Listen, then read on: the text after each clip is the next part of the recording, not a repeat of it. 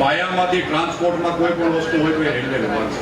આપણા હાઈવેઝ અને એરપોર્ટ તો પછી બન્યા, પણ સામાન્ય માણસ માટે ટ્રાન્સપોર્ટનું કોઈ પણ માધ્યમ હોય અને એ પણ લાંબા ડિસ્ટન્સીસ માટે દેશના અંદર આજે 103 અમૃત ભારત રેલવે સ્ટેશન કેન્દ્ર સરકાર દ્વારા મૂકવામાં આવી છે. એના અંતર્ગત આજે મોરબી સ્ટેશનના નવનિર્માણ અને અર્પણના કાર્યક્રમો ઉપસ્થિત